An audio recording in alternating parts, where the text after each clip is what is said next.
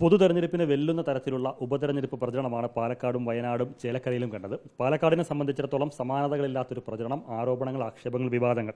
അതിൻ്റെ എല്ലാം ഒടുവിൽ പോളിംഗ് കഴിഞ്ഞിരിക്കുന്നു. രാഹുൽ, നാളെ റിസൾട്ട് വരികയാണ്. കേരളം ഉറ്റുനോക്കുന്നത് പാലക്കാട്ടെ തെരഞ്ഞെടുപ്പ് ഫലത്തിലേക്കാണ്. അവസാന മണിക്കൂറാകുമ്പോൾ ഈ പ്രതീക്ഷയുടെയും അതുപോലെ തന്നെ ആത്മവിശ്വാസത്തിൻ്റെയും തോത് അത് കൂടിയിട്ടുണ്ടോ? എത്രത്തോളമാണ് അതിൻ്റെ ഒരു നിലവിൽ ഇവിടെ എത്തി നിൽക്കുന്നു? കേരളം ഉറ്റുനോക്കുന്ന റിസൾട്ട് എന്ന് പറയുന്നത് കേരളം ആഗ്രഹിക്കുന്ന ഒരു പോയിന്റ് ഉണ്ട്. ആ പോയിന്റ് ആണോ അല്ലയോ എന്നുള്ളതാണ് അവരുടെ ആകാംക്ഷ. ആ പോയിന്റ് തന്നെയാണ് റിസൾട്ട്. തികഞ്ഞ ആത്മവിശ്വാസത്തിലാണ്. ഉറപ്പായിട്ടും UDF വലിയ ഭൂരിപക്ഷത്തിൽ വിജയിക്കും. ഈ കണക്കുകൂട്ടലുകൾ കഴിഞ്ഞല്ലോ, ബൂത്ത് തലത്തിലുള്ള കണക്കുകളൊക്കെ ശേഖരിച്ചു. അപ്പോൾ ഓരോ മേഖലകളിലും ഒരു മുന്നേറ്റം എങ്ങനെയാണ് പ്രതീക്ഷിക്കുന്നത്? പ്രത്യേകിച്ച് BJP വലിയ പ്രതീക്ഷ ഇപ്പോൾ പുലർത്തുന്നുണ്ട്. BJPയുടെ പ്രതീക്ഷയിലേക്ക് വരാം. അതിനപ്പുറത്തേക്ക് കണക്കുകൂട്ടലുകളിൽ നിങ്ങളൊരു പ്രതീക്ഷ ഓരോ മേഖലയും പ്രതീക്ഷയിൽ തുടങ്ങാം. BJPയുടെ പ്രതീക്ഷയുടെ ഫണ്ടമെൻ്റൽ തന്നെ അവരുടെ BJP സംസ്ഥാന പ്രസിഡന്റ് പറഞ്ഞത്. അപ്പം അദ്ദേഹത്തിൻ്റെ തെരഞ്ഞെടുപ്പ് പ്രതീക്ഷകളുടെ പിന്നെ പ്രാവീണ്യത്തെ പറ്റി ഞാനിപ്പോൾ തൽക്കാലം അതൊരു ഡിബേറ്റ്ഫുൾ ആക്കുന്നില്ല. എങ്കിൽ പോലും ഇപ്പോഴത്തെ പ്രതീക്ഷയുടെ ഫണ്ടമെൻ്റൽ അവർ പറഞ്ഞിരിക്കുന്ന ഫൗണ്ടേഷൻ മുനിസിപ്പാലിറ്റിയിൽ പെർസെൻറ്റേജ് കൂടി എന്ന കണക്കാണ്. അത് മാധ്യമങ്ങളിലൂടെ വന്ന ഏത് സോഴ്സിലാണെന്ന് അറിയാൻ പാടില്ലാത്തൊരു കണക്കാണ്. പക്ഷേ ഇതിൻ്റെ ആധികാരികമായ സോഴ്സ് എന്ന് പറയുന്നത് ഇലക്ഷൻ കമ്മീഷനാണ്. അതിൽ 17C ആണ്. ആ 17C പ്രകാരമുള്ള കണക്കിൽ മുനിസിപ്പാലിറ്റിയിൽ 67% വോട്ടിംഗ് ഉണ്ടായിട്ടുള്ളൂ. അതായത് കഴിഞ്ഞ തവണ ഉണ്ടായിരുന്ന 75-ൽ നിന്ന് 8% കുറഞ്ഞു.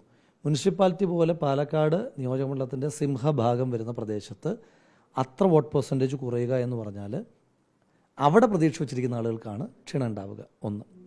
ഇനി മുനിസിപ്പാലിറ്റിയിൽ തന്നെ നിങ്ങൾ നോക്കൂ. മുനിസിപ്പാലിറ്റിയിൽ തന്നെ BJPക്ക് അപ്രമാദിത്വം ഉണ്ടെന്ന് അവർ വിചാരിക്കുന്ന പ്രദേശങ്ങൾ, ആ പ്രദേശങ്ങളിൽ പോളിംഗ് കുറഞ്ഞു. ഒരു എക്സാമ്പിൾ പറയാം. Booth number 4. ബൂത്ത് നമ്പർ 4-ൽ 72 BJPയുടെ ഐഡൻറ്റിഫൈഡ് വോട്ടുകൾ പോൾ ചെയ്യപ്പെട്ടിട്ടില്ല. ഒരു എക്സാമ്പിൾ ഇന്നലെ MP നടത്തിയ പത്രസമ്മേളനത്തിൽ പറഞ്ഞു. അതടക്കം മുനിസിപ്പാലിറ്റിയിലുണ്ട്. ഇനി 2, മുനിസിപ്പാലിറ്റിയിലെ തന്നെ UDF ബെൽറ്റുകളുണ്ട്. മുനിസിപ്പാലിറ്റി എന്ന് പറഞ്ഞാൽ പൂർണ്ണമായി BJP അല്ല, ഭയങ്കര UDF ബെൽറ്റുകളുണ്ട്. BJPക്ക് കടന്നു കയറാൻ പറ്റാത്ത UDF ബെൽറ്റുകളുണ്ട്. ആ UDF ബെൽറ്റുകളുടെ പിന്നെ പോളിംഗ് വളരെ ഉയർന്നതാണ്. അവിടെ നിന്ന് പറയുന്ന ലീഡും വളരെ ഉയർന്ന ലീഡാണ്, നമ്മുടെ ബൂത്ത് ലെവൽ വർക്കേഴ്സ് പറയുന്ന ലീഡ്. അപ്പോൾ അതാണ് മുനിസിപ്പാലിറ്റിയുടെ അവസ്ഥ. ഇനി BJPക്ക് സ്പേസേ ഇല്ലാത്ത UDFും LDFും തമ്മിൽ ഡയറക്റ്റ് ഫൈറ്റ് നടക്കുന്ന പഞ്ചായത്തുകൾ. ആ പഞ്ചായത്തുകളിൽ മാത്തൂരിൽ 78% പോളിംഗ്. രായിരിയിൽ 71.72 അപ്രോക്സിമേറ്റ് ആയിട്ട് നിൽക്കുന്നതാണ് പോളിംഗ്. കണ്ണാടിയിൽ 75 പോളിംഗ്. അപ്പോൾ അതായത് പഞ്ചായത്തുകളിൽ BJPക്ക് സ്പേസ് ഇല്ലാത്തടത്ത്, അതായത് മത്സരം തന്നെ UDFും LDFും തമ്മിലാണ്. BJP 3-ാം സ്ഥാനത്താണ്. അപ്പം BJPയും UDFുമായിട്ടുള്ള മാർജിൻ വളരെ വലുതാണ്.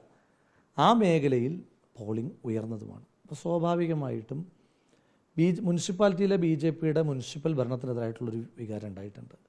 സ്റ്റേറ്റ് ഗവൺമെൻറ്റിനെതിരായിട്ടുള്ള വികാരം ഉണ്ടായിട്ടുണ്ട്. സെൻട്രൽ ഗവൺമെൻറ്റിനെതിരായിട്ടുള്ള വികാരം ഉണ്ടായിട്ടുണ്ട്. ഇതെല്ലാം കൂടെ റിഫ്ലക്റ്റ് ചെയ്യുമ്പം UDFിൻ്റെ കംഫർട്ടബിൾ മെജോറിറ്റി ഉണ്ടാകും. BJP പ്രതീക്ഷ പുലർത്തുന്ന മുനിസിപ്പാലിറ്റിയിൽ UDFിന് ഇത്തവണ കടന്നു കയറാനാകും. തീർച്ചയായിട്ടും UDF വലിയ മുന്നേറ്റം മുനിസിപ്പാലിറ്റിയിൽ ഉണ്ടാക്കും. ഈ പിരായിരിയാണല്ലോ കോൺഗ്രസിനെ സംബന്ധിച്ച് വലിയൊരു ആശ്വാസഗേഹമായി പറയുന്നത്. അവിടുന്ന് ന്യൂനപക്ഷ വോട്ടുകളിൽ ഉൾപ്പെടെ ഒരു വിള്ളലുണ്ടാകും. UDFിൻ്റെ അടിസ്ഥാന വോട്ടുകളിൽ ഒരു കുത്തൊഴുക്ക് മറുചേരിയിലേക്ക് ഉണ്ടാകുമെന്ന് രണ്ട് കൂട്ടരും, അത് BJPയും അവകാശപ്പെടുന്നുണ്ട്, പ്രത്യേകിച്ച് LDFും അവകാശപ്പെടുന്നുണ്ട്. അങ്ങനെ ഒരു സാധ്യത പിരായിരിയിൽ ഉൾപ്പെടെ കാണുന്നുണ്ടോ? അതിൻ്റെ ഒരു സാഹചര്യം പറയാമോ? ഇവർ പ്രതീക്ഷ വെക്കുന്നുണ്ടല്ലോ. അപ്പം ഞാൻ പ്രതീക്ഷ പറയുന്നതിന് കാരണമുണ്ട്. ഇപ്പോൾ മുനിസിപ്പാലിറ്റിയിൽ വോട്ട് മറിയും എന്ന് പറയുന്നതിൻ്റെ കാരണം, ഒന്നാമത്തെ കാരണം മുനിസിപ്പാലിറ്റി ഭരണത്തിനെതിരായിട്ടുള്ള ആൻറ്റി ഇൻക്യുംബൻസിയാണ്. പിരായിരിയിൽ വോട്ട് കുറയാനുള്ളൊരു സാഹചര്യം പറയൂ. അവർക്കൊരു കാരണം പറയാനുണ്ടോ? പ്രതീക്ഷയല്ലേ. അത് പ്രതീക്ഷ ആർക്കും പങ്കുവയ്ക്കാം, അതിനകത്ത് തെറ്റില്ല. നാളെ വരെ പ്രതീക്ഷ പങ്കുവച്ചോട്ടെ. പിരായിരിയിലോ കണ്ണാടിയിലോ മാത്തൂരിലോ UDF പോക്കറ്റുകളിൽ വോട്ട് കുറയേണ്ടെന്നൊരു കാരണമില്ല. 2, ജനങ്ങൾക്ക് ഇപ്പോൾ LDFിൻ്റെ വർക്കറിന് LDFിന് വോട്ട് ചെയ്യാതിരിക്കാൻ 100 കാരണമുണ്ട്. സർക്കാർ റിലേറ്റഡ് ആയിട്ട് ഞാൻ പറഞ്ഞ കാൻഡിഡേറ്റ് റിലേറ്റഡോ അല്ലെങ്കിൽ ചിഹ്നം കിട്ടാത്തതിൻ്റെയോ പ്രശ്നങ്ങൾ വേറെ. അത് മാറ്റി നിർത്തിക്കോളൂ. ജനത്തെ നേരിട്ട് ബാധിക്കുന്നത്, ഇപ്പോൾ സപ്ലൈകോയിൽ അവശ്യ സാധനമില്ല, ആളുകളെ ബാധിക്കുന്ന വിഷയമല്ലേ. നെൽകർഷകന് താങ്ങുവില കിട്ടുന്നില്ല, ആളുകളെ ബാധിക്കുന്ന വിഷയമല്ലേ. ADMൻ്റെ കൊലപാതകം ഉദ്യോഗസ്ഥന്മാരെ ബാധിക്കുന്ന വിഷയമല്ലേ. ഉദ്യോഗസ്ഥർക്ക് ശമ്പളം കൃത്യമായി കിട്ടാത്ത, KSRTC ജീവനക്കാർക്ക് അടക്കം കിട്ടാത്ത പ്രശ്നം, അത് ജനങ്ങളെ ബാധിക്കുന്ന വിഷയമല്ലേ. പെൻഷൻ ബെനിഫിഷ്യറീസിന് പെൻഷൻ കിട്ടാത്ത വിഷയം ജനങ്ങളെ നേരിട്ട് ബാധിക്കുന്ന വിഷയമല്ലേ. ഇതടക്കമുള്ള അവരുടെ വിഷയങ്ങൾ മുനിസിപ്പാലിറ്റിയിലെ അഡ്മിനിസ്ട്രേഷനുമായി ബന്ധപ്പെട്ട് ജനങ്ങൾ അനുഭവിക്കുന്ന, ഇപ്പം വ്യാപാരികൾ അനുഭവിക്കുന്ന പ്രശ്നം, മാർക്കറ്റിൽ അനുഭവിക്കുന്ന പ്രശ്നം, അതൊക്കെ അവരെ നേരിട്ട് ബാധിക്കുന്ന വിഷയങ്ങളാണ്. ഇനിയും പെട്രോൾ വില വർധനവ് ജനങ്ങളെ ബാധിക്കുന്ന വിഷയമല്ലേ. അത്തരത്തിൽ ജനങ്ങളെ നേരിട്ട് അനുഭവിക്കുന്ന ഒരു കഷ്ടപ്പാടിൻ്റെ ഏതെങ്കിലും ഉത്തരവാദിത്വം UDFിനുണ്ടോ? അതാണ് ഞാൻ പ്രതീക്ഷ വെച്ച വോട്ട്. സിറ്റിംഗ് മണ്ഡലം എന്നുള്ള ഒരു ആനുകൂല്യത്തിനപ്പുറത്തേക്കുള്ള ഈ ഫാക്ടേഴ്സ് വർക്കൗട്ട് ആവും എന്നുള്ളതാണ്. സിറ്റിംഗ് മണ്ഡലത്തിൻ്റെ ആനുകൂല്യം എന്ന് പറയുന്നത് ഇവിടെ ഉണ്ടായിരുന്ന ജനപ്രതിനിധി ആ ജനപ്രതിനിധി എക്സിസ്റ്റിംഗ് MLA ആയിരുന്ന ശ്രീ ഷാഫി പറമ്പിലിൻ്റെ ഉയർന്ന ജനസ്വീകാര്യത ഈ തെരഞ്ഞെടുപ്പിലേ ഒരിത്തിരി റിലാക്സ്ഡ് ആയിട്ട് പറഞ്ഞാൽ ഇവരെനിക്ക് ചെയ്തെന്ന ഏറ്റവും വലിയ സൗകര്യം എന്താ അറിയോ ഷാഫി പറമ്പിലിൻ്റെ നോമിനി എന്ന് പറഞ്ഞതാണ്.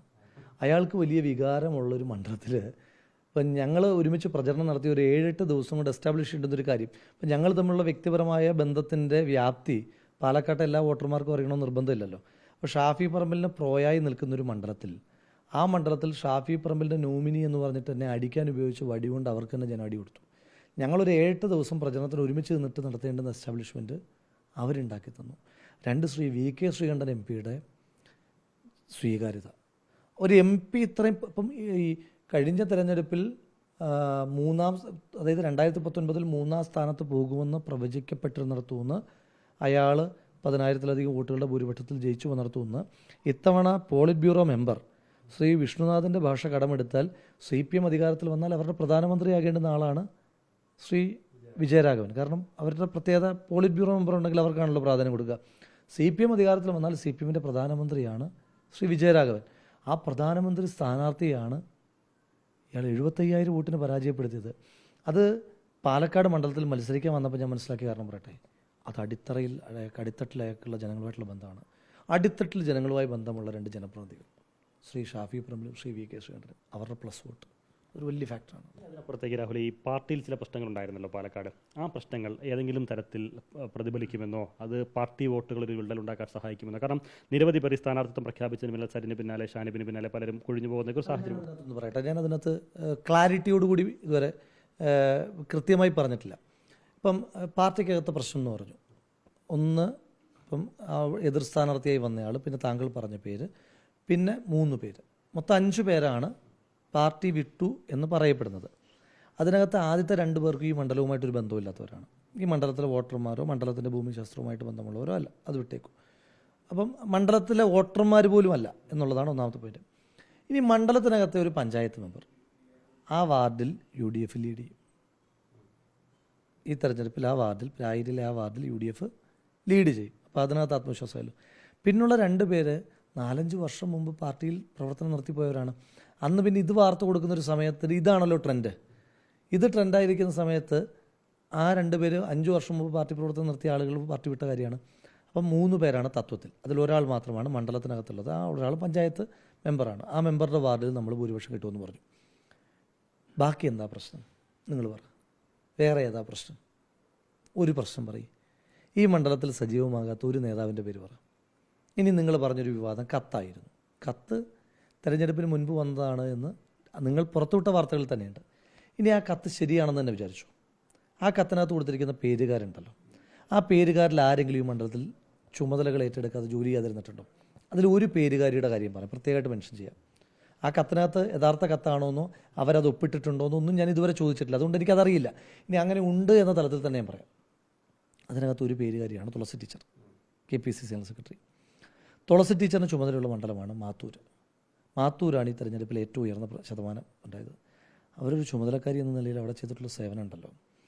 അവർ ഈ പോളിംഗ് ഡേയിൽ അവരുടെ വല്യമ്മയുടെ വീണ് ഇടുപ്പല്ല് പൊട്ടി ആശുപത്രിയിൽ കൊണ്ടുപോകേണ്ട ദിവസം, അവരുടെ ഉദ്യോഗവുമായി ബന്ധപ്പെട്ട് സുപ്രധാനമായ ഒരു ദിവസം, ആ ദിവസം പോലും അവർ ഫോണിലൂടെയും നേരിട്ട് നടത്തിയിട്ടുള്ള ഇടപെടലുകളുണ്ട്.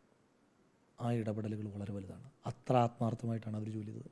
ഇത് അവർ പറഞ്ഞല്ല ഞാൻ അറിയുന്നത്. അതായത് അവരെന്നെ അത് ബോധ്യപ്പെടുത്താനും ശ്രമിക്കുന്നില്ല. ഞാനിത് അവിടുത്തെ പ്രവർത്തകർ പറയുന്നത് ഞാൻ അറിയുന്ന കാര്യമാണ്. അപ്പോൾ അത്ര ആത്മാർത്ഥമായിട്ടാണ് ഇവരെല്ലാം ജോലി ചെയ്തത്, അത്ര ആത്മാർത്ഥമായിട്ട്. മറ്റു വിവാദങ്ങൾ ഒരുപാടുണ്ടായിരുന്നല്ലോ. ഇതൊക്കെ ഈ പറഞ്ഞതുപോലെ പിന്നെ ഈ പെട്ടി വിവാദം, അങ്ങനെ പല കാര്യങ്ങൾ, ഈ പറഞ്ഞ എന്താ പറയുക വോട്ടർമാരുടെ വ്യാജ വോട്ടർമാരുടെ കേസ്, പഴയ യൂത്ത് കോൺഗ്രസിൻ്റെ ആരോപണം, അങ്ങനെ പല വിവാദങ്ങൾ ഒന്നിനു പുറകെ ഒന്നായി ഇങ്ങനെ സൂപ്പർ ട്വിസ്റ്റുകളൊക്കെ ഇങ്ങനെ വമ്പൻ ബോംബുകളായിട്ട് വരികയായിരുന്നു. ഇതൊക്കെ ഏതെങ്കിലും രീതിയിൽ പ്രതിഫലിക്കും എന്നുള്ളത് ഉറപ്പാണ്. അത് ഏത് രീതിയിലായിരിക്കും, എവിടെയായിരിക്കും പ്രതിഫലിക്കുക? UDF അനുകൂലമാണോ പ്രതികൂലമാണോ? അതിലൊരു വിലയിരുത്തൽ. ഒരു 3000 വോട്ട് എനിക്ക് തന്നിട്ടുണ്ട്. 3000 വോട്ട് ഏറ്റവും കുറഞ്ഞത്. കുറേ ന്യൂട്രലായിട്ടുള്ള ആളുകൾ വളരെ സ്ട്രോങ്ങായി ഓപ്പണായി പറഞ്ഞു. ഇനിയും സെൻറ്റിമെൻസ് ഉള്ള LDF സെൻറ്റിമെൻസ് ഉള്ള ചില ആളുകൾ ഇത് ഭയങ്കര വൃത്തികേടാണ്. കമ്മ്യൂണിസ്റ്റ് ജനതാ പാർട്ടിയുടെ എസ്റ്റാബ്ലിഷ്മെൻറ്റായി ആ പെട്ടി വിവാദം മാറി. ഞാനൊരു പ്രസംഗത്തിൽ പറഞ്ഞതാണ് കമ്മ്യൂണിസ്റ്റ് ജനതാ പാർട്ടി. അപ്പോൾ അതൊരു എസ്റ്റാബ്ലിഷ്ഡ് പേരായി മാറിയില്ലേ? അത് ഞാൻ ആ പേരിട്ടതിൻ്റെ പ്രത്യേകത കൊണ്ടല്ല, ജനങ്ങൾക്ക് കൺവിൻസ്ഡ് ആയതുകൊണ്ടാണ് ആ പേര് എസ്റ്റാബ്ലിഷ്ഡ് ആയത്. അപ്പോൾ അതൊരു 3000 വോട്ടെങ്കിലും പ്ലസ് വന്നിട്ടുണ്ട്. പിന്നെ ഇവർ പറയുന്ന വിവാദങ്ങളുടെയൊക്കെ ബേസ് ശ്രീ അല്ലമീൻ തന്നെ എൻ്റെ ഒരു യുക്തി ആലോചിച്ച് നോക്കൂ. ഇപ്പം യൂത്ത് കോൺഗ്രസുമായി ബന്ധപ്പെട്ട് ഇപ്പോഴും ഇവർ പിന്നെ പ്രധാനപ്പെട്ട നേതാക്കന്മാർ ഇവരെ വ്യാജൻ എന്ന് വിളിക്കും. ഇവരുടെ സർക്കാരല്ലേ അധികാരത്തിലിരിക്കുന്നത് രണ്ടിടത്തും, കേന്ദ്ര സർക്കാരും സംസ്ഥാന സർക്കാരും. ഈ കേസ് രാജ്യദ്രോഹമാണ്, അതായത് കേന്ദ്ര സർക്കാരിന് വേണമെങ്കിലും ഇടപെടാം. ഈ വിവാദം തുടങ്ങിയിട്ട് 12 മാസം കഴിഞ്ഞു. ഇന്നത്തെ ദിവസം വരെ എൻ്റെ പേരിൽ ഒരു FIR പോലും ഇല്ല. FIR പോലും ഇല്ല എന്നല്ല, അന്ന് യൂത്ത് കോൺഗ്രസ് പ്രസിഡന്റ് എന്ന നിലയിൽ എൻ്റെ ഒരു മൊഴിയെടുക്കാൻ, അന്ന് ആര് യൂത്ത് കോൺഗ്രസ് പ്രസിഡന്റ് ആണെങ്കിലും വിളിക്കുന്ന മൊഴിയെടുക്കാൻ വിളിച്ചതല്ല, അതെന്നെ ചോദ്യം ചെയ്യാൻ പോലും വിളിച്ചിട്ടില്ല. അപ്പോൾ ആ കേസ് ജനങ്ങൾ വിശ്വസിക്കുമോ? 2, പെട്ടി വിവാദം. ആരോപണം എന്താ? കള്ളപ്പണമാണ്. കള്ളപ്പണമാണെങ്കിൽ ഇപ്പോൾ 10-15 ദിവസമായി ഇതുവരെ ഒരു FIR ആ വിഷയത്തിനകത്തും ഇല്ല. എന്നെ ചോദ്യം ചെയ്യാൻ വിളിപ്പിച്ചിട്ടില്ല. പരാതിക്കാരനാരാ? CPM ജില്ലാ സെക്രട്ടറിയാണ്. മറ്റേതിനകത്ത് പരാതിക്കാരൊക്കെയാണ് BJP സംസ്ഥാന പ്രസിഡന്റും DYFI സംസ്ഥാന സെക്രട്ടറിയാണ്. ആക്ഷനുകൾ ഉണ്ടാകുന്നില്ല. ഇനി വ്യാജ വോട്ട് ഇവിടെ ചേർത്തു എന്ന് പറയുന്നത്, അതിൽ ആദ്യ പരാതി കൊടുത്തതാരാ? ഞങ്ങളാണ്. ഇനി വ്യാജ വോട്ട് ചേർത്തു എന്ന് പറഞ്ഞ് കരയുന്നതാരാണ്? ഇവിടുത്തെ മന്ത്രിയാണ്, തദ്ദേശ സ്വയംഭരണ സ്ഥാപനങ്ങളുടെ ചുമതലയുള്ള മന്ത്രി. വോട്ടർ പട്ടികയുടെ നിയന്ത്രണം ആർക്കാനുള്ളത്? UDF അപ്ലൈ ചെയ്യാനല്ലേ പറ്റൂ. ഇനി പോട്ടെ, ഒരു വ്യാജ വോട്ട് UDF അപ്ലൈ ചെയ്തു എന്നിരിക്കട്ടെ, അപ്ലൈ ചെയ്യാനല്ലേ UDF പറ്റൂ. ആ ആപ്ലിക്കേഷൻ അക്സെപ്റ്റ് ചെയ്യേണ്ടത് സ്റ്റേറ്റ് ഗവൺമെൻറ്റിനും സെൻട്രൽ ഗവൺമെൻറ്റിനും അല്ലേ റോളുള്ളത്. അപ്പോൾ അതെങ്ങനെയാണ് വാലിഡ് ആകുന്നത്? അപ്പോൾ ഇവരുന്നയിച്ച ആരോപണങ്ങളൊന്നും, പിന്നെ പറഞ്ഞൊരു ആരോപണം എന്താണ്? വരുത്തൻ. പറഞ്ഞത് ആരൊക്കെയാണ്? 3 പേരെ എന്നെ വരുത്തൻ എന്ന് വിളിച്ചത്. ഒന്ന് ശ്രീ AK ബാലൻ. കഴിഞ്ഞ ദിവസം പറഞ്ഞൊരു തിരുത്തുണ്ട്, ഞാൻ ശ്രീ AK ബാലൻ കണ്ണൂരുകാരനാണെന്നാണ് പറഞ്ഞത്. ബ്രണ്ണൻ കോളേജിൽ പഠിച്ച ഓർമ്മയിലാണ് പറഞ്ഞത്. പക്ഷേ CPM തന്നെ 1-2 നേതാക്കന്മാർ എന്നെ വിളിച്ചിട്ട് പറഞ്ഞു അത് പിന്നെ ശ്രീ AK ബാലൻ കണ്ണൂരുകാരനല്ല, നാദാപുരംകാരനാണെന്ന് പറഞ്ഞു. തിരുത്തൽ വരുത്തി. ശരി, നാദാപുരത്തു നിന്ന് ബാലേട്ടനല്ലേ എന്നെ വരുത്തെന്ന് വിളിച്ചത്? ബാലേട്ടൻ എത്ര തവണ ഇവിടുത്തെ MLA ആണ്? CPM പാലക്കാട് ജില്ലയിലെ 1ാമത്തെ നേതാവല്ലേ ബാലേട്ടൻ? കേരളത്തിൽ തന്നെ പ്രധാനപ്പെട്ട നേതാവാണ്. അദ്ദേഹത്തിനോടുള്ള പിന്നെ വിവേചനം കൊണ്ട് ഇപ്പോഴും ഒരു പട്ടികജാതിക്കാരനെ പോളിറ്റ് ബ്യൂറോയിൽ എടുക്കാനുള്ള മടി കൊണ്ട് മാത്രമാണ്. അല്ലെങ്കിൽ ബാലേട്ടനോളം സീനിയറായിട്ടുള്ള ഒരാളെ എന്നേ പോളിറ്റ് ബ്യൂറോ മെമ്പറാക്കേണ്ട സീനിയോറിറ്റി അദ്ദേഹത്തിനില്ല. അദ്ദേഹത്തിൻ്റെ ജൂനിയേഴ്സ് പോളിറ്റ് ബ്യൂറോയിൽ ഇരിക്കുകയല്ലേ. പട്ടികജാതി വിഭാഗത്തിൽപ്പെട്ട ഒരാൾ ആദ്യമായിട്ട് പോളിറ്റ് ബ്യൂറോയിൽ വരുന്നത് ഈ അടുത്താണല്ലോ. ഇപ്പോഴും പാർട്ടി സെക്രട്ടറി ആയിട്ട് ഒരു പട്ടികജാതിക്കാരനെ വെച്ചിട്ടില്ല. ഇതൊക്കെ കൊടുക്കണം കേട്ടോ. ഇപ്പോഴും പാർട്ടി സെക്രട്ടറി ആയിട്ട് പാർട്ടിയുടെ പരമോന്നത പദവിയിൽ ഒരു പട്ടികജാതിക്കാരൻ വരാത്ത 2 പ്രസ്ഥാനങ്ങളേ ഉള്ളൂ.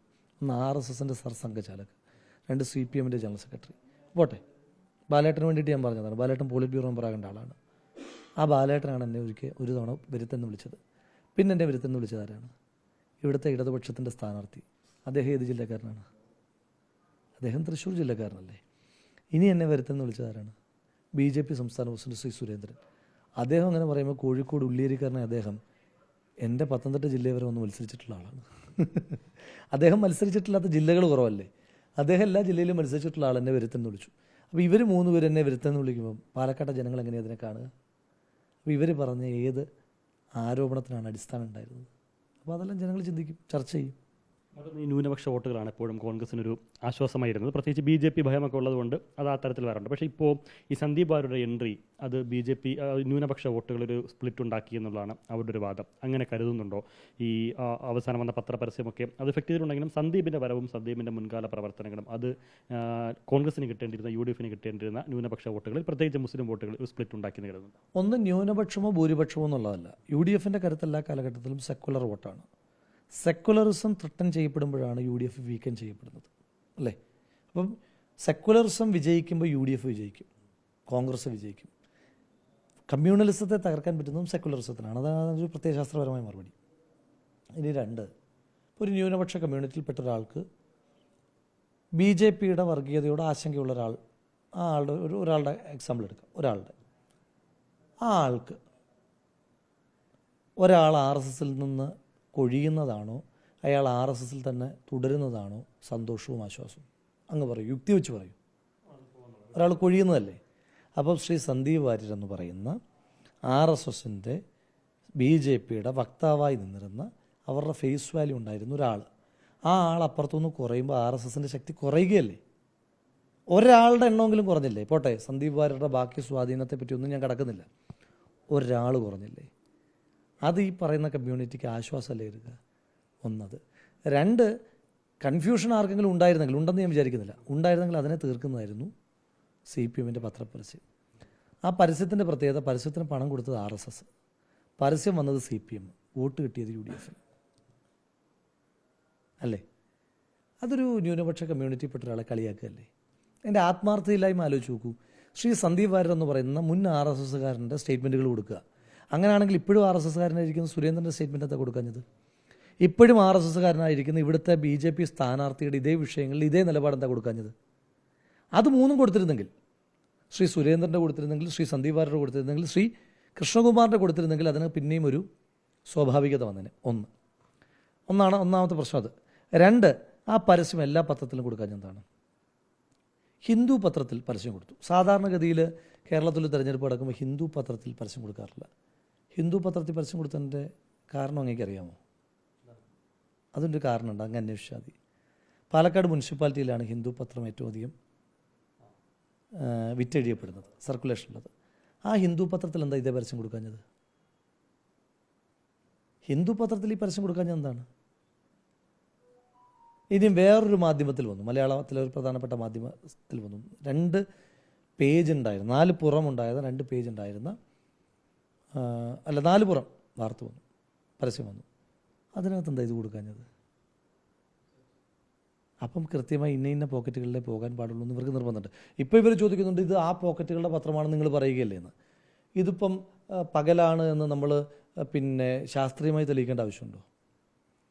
അല്ലമീനും എനിക്കും അനുഭവസാധ്യമായിട്ടുള്ള കാര്യമാണ് ഇതിപ്പോൾ പകലാണെന്നുള്ള കാര്യം. അത് ശാസ്ത്രീയമായി തെളിയിക്കേണ്ട കാര്യമില്ല. അപ്പോൾ അതുകൊണ്ട് ഇതിന് പിന്നിൽ അജണ്ട ജനങ്ങൾക്ക് മുന്നിൽ എക്സ്പോസ്ഡ് ആയിപ്പോയി. അപ്പോൾ ഇങ്ങനെ കുറേയേറെ കാരണങ്ങൾ കൊണ്ട് തന്നെ ന്യൂനപക്ഷ കമ്മ്യൂണിറ്റിയെ കളിയാക്കിയതാണ്, അപ്പീസ് ചെയ്യാൻ ശ്രമിച്ചതാണെന്ന് അവർക്ക് തന്നെ മനസ്സിലായി. അപ്പീസ് ചെയ്യാൻ നിന്ന് കൊടുക്കുന്നൊരു കമ്മ്യൂണിറ്റി അല്ലത്. അവരോട് പൊളിറ്റിക്കലി കമ്മ്യൂണിക്കേറ്റ് ചെയ്താൽ മതി. ഞാൻ ഇന്നത്തെ ദിവസം വരെ ഏതെങ്കിലും ഒരു കമ്മ്യൂണിറ്റിയെ അപ്പീസ് ചെയ്യാൻ പോയിട്ടില്ല. ഇന്നത്തെ ദിവസം വരെ ഈ തെരഞ്ഞെടുപ്പിൽ എനിക്കെതിരെ ഏറ്റവും രൂക്ഷമായ ആരോപണം ഉണ്ടാകുമ്പോഴും, ഏറ്റവും ക്രൂരമായ വ്യക്തിയധിക്ഷേപം ഉണ്ടാകുമ്പോഴും ആ ആരോപിച്ചവർ പോലും എന്നെ കമ്മ്യൂണൽ കള്ളിയിൽ കൊണ്ട് കെട്ടാൻ ശ്രമിച്ചിട്ടില്ല. പക്ഷേ ഞാൻ ഒരാളെ അപ്പീസ് ചെയ്തിട്ടുമില്ല. അപ്പം അപ്പീസ് ചെയ്യുകയല്ല നമ്മുടെ സെക്കുലറിസം, നമ്മൾ സ്റ്റാൻഡ് എടുത്താൽ മതി. സാധാരണ പാലക്കാട് തിരഞ്ഞെടുപ്പ് നടക്കുമ്പോൾ LDF അത്രത്തോളം ചിത്രത്തിലുണ്ടാവാറില്ല, അല്ലെങ്കിൽ അവരുടെ ഒരു നമുക്ക് അറിയാമല്ലോ, ഒരു ഡയറക്റ്റ് ഫൈറ്റ് BJPയും UDF തമ്മിലാണ്. പക്ഷേ ഇത്തവണ ആ സ്ഥാനത്തേക്ക് LDFന് ഒരു ഓളം ഉണ്ടാക്കാനും ഒരു മത്സരത്തിൻ്റെ സ്വഭാവം ഉണ്ടാക്കാനും ഒരു ത്രികോണ മത്സരത്തിലേക്ക് കാര്യങ്ങൾ കൊണ്ടെത്തിക്കുന്ന രീതിയിൽ ഒരു പ്രതീതി ഉണ്ടാക്കാനൊക്കെ സാധിച്ചത് സരിൻ്റെ സാന്നിധ്യം കൊണ്ടാണ്. അപ്പോൾ സരിനെ പിടിച്ചു നിർത്തേണ്ടിയിരുന്നു, അല്ലെങ്കിൽ സരിൻ്റെ ആ ഒരു സ്ഥാനാർത്ഥത്തെ എങ്ങനെ കാണുന്നു? വിട്ടുപോക്ക് ഒരു നഷ്ടമായി തോന്നുന്നുണ്ടോ ഇപ്പോഴും? നിങ്ങൾ പറയുന്ന ത്രികോണ മത്സരം മീഡിയയിൽ മാത്രമേ ഉള്ളൂ. ഞാനത് അധിക്ഷേപിക്കാൻ വേണ്ടി പറയില്ല. പാലക്കാട് മണ്ഡലത്തിൽ അതില്ല. ഇനി മണ്ഡലത്തിലെ പൊതുവായ തെരഞ്ഞെടുപ്പ് ഓളമാണ് അങ്ങ് ഉദ്ദേശിക്കുന്നതെങ്കിൽ, മാധ്യമത്തിലല്ലാത്ത തെരഞ്ഞെടുപ്പ് ഓളമാണെങ്കിൽ, ഞാൻ കഴിഞ്ഞ തെരഞ്ഞെടുപ്പിൽ പാലക്കാടിൻ്റെ മുഖ്യ ചുമതലക്കാരനായിരുന്നു. ശ്രീ CP പ്രമോദ് മത്സരിക്കുമ്പോഴും ഇതേ പ്രവർത്തനങ്ങൾ CPM നടത്തിയിട്ടുണ്ട്. CPM എല്ലാ തെരഞ്ഞെടുപ്പിലും ഇതേ പ്രവർത്തനങ്ങൾ നടത്താറുണ്ടല്ലോ. അവർ ഉറപ്പായും പരാജയപ്പെടുന്ന മണ്ഡലങ്ങളിൽ അവരുടെ പ്രവർത്തനം ഇതേ രീതിയിൽ തന്നെയാണ്. അപ്പം ആ പ്രവർത്തനം കഴിഞ്ഞ തവണ ഉണ്ടായിരുന്നു. ഇത്തവണത്തെ പ്രത്യേകത, നിങ്ങൾ മീഡിയ കൊടുത്തൊരു ഹൈപ്പുണ്ട്. മീഡിയ ഹൈപ്പ് പുതുപ്പള്ളിയിൽ ജയിക്കിന് നിങ്ങൾ കൊടുത്തില്ലേ? എനിക്ക് ഓർമ്മയുണ്ട്, തെരഞ്ഞെടുപ്പിൻ്റെ തലേദിവസവും നിങ്ങളുടെ മാധ്യമം അടക്കം പ്രവചനാതീതമായ തെരഞ്ഞെടുപ്പ് എന്ന് പറഞ്ഞ് എനിക്ക് ഓർമ്മയുണ്ട്. ഞാൻ അന്ന് ചർച്ചയ്ക്ക് വന്ന ആളാണ്. തെരഞ്ഞെടുപ്പ് പ്രഡിക്റ്റ് ചെയ്യാൻ പറ്റുമോ രാഹുൽ? ഇവിടെ കണ്ടില്ലേ, സാഹചര്യങ്ങൾ കണ്ടില്ലേ? നിങ്ങൾ കാണുന്നില്ലേ ഇവിടുത്തെ ഈ പൊട്ടിയ റോഡിൻ്റെ ഉത്തരവാദി ശ്രീ ഉമ്മൻചാണ്ടിയല്ലേ? ഇവിടെ ഒരു പ്രചരണവും ഇല്ലാത്തപ്പോൾ നിങ്ങൾ പറഞ്ഞത് പുതുപ്പള്ളിയിൽ ഒരു ഷോപ്പിംഗ് കോംപ്ലക്സ് പോലും ഇല്ലാത്ത പുതുപ്പള്ളിയുടെ ഉത്തരവാദിത്വം 50 വർഷമായിരുന്ന ശ്രീ ഉമ്മൻചാണ്ടിക്കല്ലേ? അങ്ങനെ പ്രവചിക്കാൻ കഴിയുമോ? ശ്രീ ഉമ്മൻചാണ്ടി കഴിഞ്ഞ തെരഞ്ഞെടുപ്പിൽ വിയർത്തില്ലേ എന്നൊക്കെ പറഞ്ഞ് നിങ്ങൾ പറഞ്ഞു. അപ്പോൾ ഞാൻ പറഞ്ഞു, ഇവിടെ ഏകപക്ഷീയ മത്സരം, ലീഡ് വന്നപ്പോൾ എത്രയായിരുന്നു? ഇനി തൃക്കാക്കരയിൽ നിങ്ങൾ എന്താ പറഞ്ഞത്? തൃക്കാക്കരയിൽ നെയിൽ ബൈറ്റിംഗ് എൻഡല്ലേ നിങ്ങളെല്ലാവരും പറഞ്ഞില്ലേ? അന്ന് നമ്മൾ പറഞ്ഞില്ലേ ഏകപക്ഷീയമായ മത്സരമാണെന്ന്. ആ നെയിൽ ബൈറ്റിംഗ് എൻഡാണെന്ന് നിങ്ങൾ പറയുന്നത്, ഇത് നിങ്ങൾ കൊടുക്കൂലെന്ന് എനിക്കറിയില്ല. അത് നിങ്ങളടക്കമുള്ള എല്ലാ മാധ്യമ സ്ഥാപനങ്ങളും ഒരു ഉദ്വേഗം സൃഷ്ടിക്കാൻ വേണ്ടിയിട്ടാണ്. കൗണ്ടിങ് ഡേയിലും തെരഞ്ഞെടുപ്പിൻ്റെ പ്രചരണത്തിലും ത്രൂ ഔട്ട് കാണികളെ പിടിച്ചിരുത്തണം. ആ ബാധ്യത നിങ്ങൾക്കുണ്ട്. അത് നിങ്ങളുടെ ജോലിയാണ്, അത് മോശമായിട്ട് ഞാൻ പറയല്ല. ആ നെയിൽ ബൈറ്റിംഗ് എൻ്റെ നിങ്ങൾക്ക് പറഞ്ഞേ പറ്റൂ. ആ നെയിൽ ബൈറ്റിംഗ് എന്തിനു വേണ്ടിയിട്ടാണ് നിങ്ങൾ ത്രികോണ മത്സരം എന്ന് പറയുന്നത്? ഗ്രൗണ്ടിലൊരു ത്രികോണ മത്സരമില്ലായിരുന്നു. അത് മാധ്യമങ്ങളിൽ മാത്രമേ ഉള്ളൂ. തെരഞ്ഞെടുപ്പിൻ്റെ പ്രവർത്തനത്തിൻ്റെ ഓളമാണെങ്കിൽ ഇപ്പോൾ ചോദിച്ചോട്ടെ, പാലക്കാട് ജില്ല പോലെ CPM വലിയ സ്വാധീനമുള്ളൊരു ജില്ലയിൽ അവർക്കൊരു റാലി നടത്താൻ പാടുണ്ടോ? പാലക്കാട് ജില്ല എന്ന് പറഞ്ഞാൽ ഇതിൻ്റെ തൊട്ടപ്പുറത്തെ മണ്ഡലത്തിൻ്റെ പേരെന്താ? മലമ്പുഴ. ഇപ്പുറത്തെ മണ്ഡലത്തിൻ്റെ പേരെന്താ? ആലത്തൂർ. അപ്പുറത്തെ മണ്ഡലത്തിൻ്റെ പേരെന്താ? കോങ്ങാട്. ഇച്ചിരി കൂടെ അങ്ങോട്ട് പോയാൽ ചിറ്റൂർ, അപ്പുറത്ത് പോയാൽ പട്ടാമ്പി, ഇതിന് കുറച്ചും കൂടെ അങ്ങോട്ട് പോയി കഴിഞ്ഞാൽ തൃത്താല, ഇങ്ങോട്ട് പോയാൽ ഷൊർണൂർ, ഒറ്റപ്പാലം, അല്ലേ? ആ ജില്ലയല്ലേ പാലക്കാട്. 2 UDF MLA മാത്രമല്ലേ ഉള്ളൂ, ബാക്കിയെല്ലാം LDF MLA സ്ഥലമല്ലേ? അവിടെ ഒരു റാലി നടത്താനോ ഓളം കാണിക്കാനോ എന്തെങ്കിലും പ്രയാസമുണ്ടോ? നിങ്ങൾ തൃക്കാക്കര തിരഞ്ഞെടുപ്പ് ഓർക്കുന്നുണ്ടോ? മന്ത്രിപ്പട, അല്ലേ? മന്ത്രിപ്പട, ക്യാപ്റ്റൻ, അല്ലേ? ഇതിനേക്കാൾ പ്രചണ്ഡ പ്രചരണമായിരുന്നു തൃക്കാക്കരയിൽ. നിങ്ങൾ അല്ലമീൻ പറഞ്ഞിട്ടില്ലേ ഇപ്പോൾ ഇഞ്ചോടിഞ്ച് വാശിയേറിയ മത്സരം എന്ന് പറഞ്ഞിട്ടില്ലേ? ഇല്ലെന്ന് പറഞ്ഞാൽ ഞാനിപ്പോൾ ആ വീഡിയോ എടുത്ത് കാണിക്കും. അത് ഞാൻ പറഞ്ഞത് നിങ്ങളുടെ ധർമ്മമാണ്. ഞാനത് കളിയാക്കിയതല്ല കേട്ടോ, ഞാനത് മോശമായിട്ട് പറഞ്ഞതുമല്ല. അത് നിങ്ങളുടെ ധർമ്മമാണ്. നിങ്ങൾ ചെയ്യേണ്ട ജോലി എന്താണ്? പരമാവധി ജനങ്ങളെ മാധ്യമങ്ങളിലേക്ക് ശ്രദ്ധ ആകർഷിക്കുക. ഇപ്പോൾ റിപ്പോർട്ടർ ചാനലിൻ്റെ പ്രതിനിധി എന്നല്ല അങ്ങയുടെ ജോലി എന്താണ്? പരമാവധി ആളുകളെ റിപ്പോർട്ടറിലേക്ക് ആകർഷിക്കുക. എൻ്റെ ജോലി എന്താണ്? എൻ്റെ ഉത്തരവാദിത്വം എന്താണ്? പരമാവധി ആളുകളെ കോൺഗ്രസിലേക്ക് എത്തിക്കുക. അങ്ങയുടെ ജോലി, ഞാൻ എൻ്റെ ജോലിയാണ് ചെയ്യുന്നത്. പക്ഷേ യാഥാർത്ഥ്യം ഇവിടെ ത്രികോണ മത്സരമില്ല. അങ്ങനെ പറയുമ്പോഴും രാഹുൽ ഇതുവരെയും ഭൂരിപക്ഷത്തിൻ്റെ കണക്ക് പറഞ്ഞില്ല. ഷാഫി പറയുന്നു 5 അക്കം കടക്കുമെന്നുള്ളത്. VK ശ്രീകണ്ഠൻ പറയുന്നു 12,000-നും 15,000-നും ഇടയിൽ ഭൂരിപക്ഷം. പ്രതിപക്ഷ നേതാവ് പറയുന്നു 10,000-നും മുകളിൽ. മറ്റു ചിലരും 20,000-നും മുകളിലേക്ക് കടക്കുമെന്ന് പറയുന്നു. അപ്പോഴും രാഹുൽ അതിലേക്ക് എത്തുന്നില്ല, അല്ലെങ്കിൽ അത് തുറന്നു പറയുന്നില്ല. അത് തുറന്നു പറയാത്തത് നിങ്ങളുടെ ആത്മവിശ്വാസ പ്രശ്നമല്ല കേട്ടോ. അത് ഞാൻ ഇന്നലെ വരെ തുറന്നു പറയാഞ്ഞത് എനിക്കറിയാത്തതുകൊണ്ടാണ്. ഇപ്പോൾ ഒരു സ്ഥാനാർത്ഥിക്കും, സത്യസന്ധമായിട്ട് പറയാമല്ലോ, ഒരു സ്ഥാനാർത്ഥിക്കും ഭൂരിപക്ഷത്തെ പറ്റിയൊന്നും പറയാൻ കഴിയില്ല. കാരണം നമ്മളിതിൻ്റെ ബിഹൈൻഡ് ദ കർട്ടൻ വർക്കുകളിലില്ല, സംഘടനാ പ്രവർത്തനങ്ങളിൽ നമ്മൾ തെരഞ്ഞെടുപ്പിൻ്റെ സമയത്തില്ല. നമ്മുടെ ജോലി എന്താ? ഇപ്പം നിങ്ങൾ രാവിലെ തൊട്ട് എൻ്റെ കൂടെ എല്ലാ ദിവസവും രാവിലെ തൊട്ട് നമ്മുടെ ജോലി എന്താ? അതിരാവിലെ എഴുന്നേൽക്കുന്നു, വോട്ടർമാരെ കാണുന്നു, അവരോട് സംസാരിക്കുന്നു, പോകുന്നു, അവരുടെ പോസിറ്റീവ് റെസ്പോൺസ് കിട്ടുന്നു, പോകുന്നു. ഇതാണ് നമ്മുടെ കാൽക്കുലേഷൻ. ഈ പോസിറ്റീവ് റെസ്പോൺസിൻ്റെ പെർസെൻറ്റേജ് കൂടുമ്പോൾ നമുക്ക് മനസ്സിലാവും, നല്ല പെർസെൻറ്റേജ് ഉണ്ടാകുമെന്ന് മനസ്സിലാകും. അതിനപ്പുറം ഓരോ ബൂത്തിൽ എങ്ങനെ നടന്നു നമുക്കറിയാൻ കഴിയില്ല. എന്തെല്ലാം പ്രവർത്തനങ്ങൾ നടക്കും നമുക്കറിയാൻ കഴിയില്ല, ഒരു ക്യാൻഡിഡേറ്റിനും കഴിയില്ല. അതുകൊണ്ടാണ് ഇന്നലെ വരെ പറയാതിരുന്നത്. ഇന്നലെ എനിക്കും കണക്ക് കിട്ടി, പക്ഷെ അത് ഞാൻ പറയാത്തത് ഇവിടുത്തെ തെരഞ്ഞെടുപ്പിന് നേതൃത്വം നൽകിയ ആളുകൾ പറഞ്ഞല്ലോ. പിന്നെ ഇന്നലെ വരെ ഞാൻ പറഞ്ഞില്ലല്ലോ, അതുകൊണ്ടാണ് ഞാൻ പറയാത്തത്. പക്ഷേ വടകരയിൽ ഞാൻ കൃത്യമായിട്ട് പറഞ്ഞിരുന്നു. വടകരയുടെ ചുമതലക്കാരൻ ഞാനായിരുന്നപ്പോൾ ഞാൻ പറഞ്ഞു 100,000-ലധികം വോട്ടിൻ്റെ ഭൂരിപക്ഷം കിട്ടുമെന്ന് പറഞ്ഞു. അവിടെ ഷാഫി പറമ്പിൽ പറഞ്ഞില്ല. ഞാൻ 100,000-ലധികം വോട്ടുകളുടെ ഭൂരിപക്ഷം കിട്ടുമെന്ന് പിന്നെ അങ്ങ് ഓർക്കുന്നുണ്ടോയെന്നറിയില്ല. അങ്ങ് എന്നെ വിളിച്ചിട്ട് എന്താകും റിസൾട്ട് എന്ന് ചോദിച്ചപ്പോൾ ഞാൻ 100,000-ന് മുകളിൽ ജയിക്കുമെന്ന് പറഞ്ഞപ്പോൾ അങ്ങ് ചോദിച്ചു ശൈലജ ടീച്ചർക്ക് എത്രയും കിട്ടുമെന്ന് ചോദിച്ചു. ഞാൻ കോൺഫിഡൻ്റ് ആയിട്ട് പറഞ്ഞു കിട്ടും എന്ന് പറഞ്ഞു. അത് തെരഞ്ഞെടുപ്പിൻ്റെ ചുമതല നടത്തിയ ഒരാളെന്ന നിലയിലുള്ള നമുക്ക് കിട്ടുന്ന കണക്കാണ്, കോൺഫിഡൻസാണ്. അതെനിക്ക് ഇവിടെ ഇല്ലാത്ത ഞാൻ ചുമതലക്കാരനല്ല. ചുമതലക്കാർ പറയുന്നതാണ് എക്സാക്ട്. അതിലും അത്രയും വലിയ ആത്മവിശ്വാസത്തിൽ തന്നെയാണ് രാഹുൽ ഇപ്പോഴും ഉള്ളത്. ഇനി ആ ഫലം പുറത്തു വരാൻ ഏതായാലും മണിക്കൂറുകൾ മാത്രമേ ഉള്ളൂ. ഏതായാലും all the best. Video journalist Shanal കണ്ണനൊപ്പം റിപ്പോർട്ടർ അമീൻ ഇൻ റിപ്പോർട്ടർ.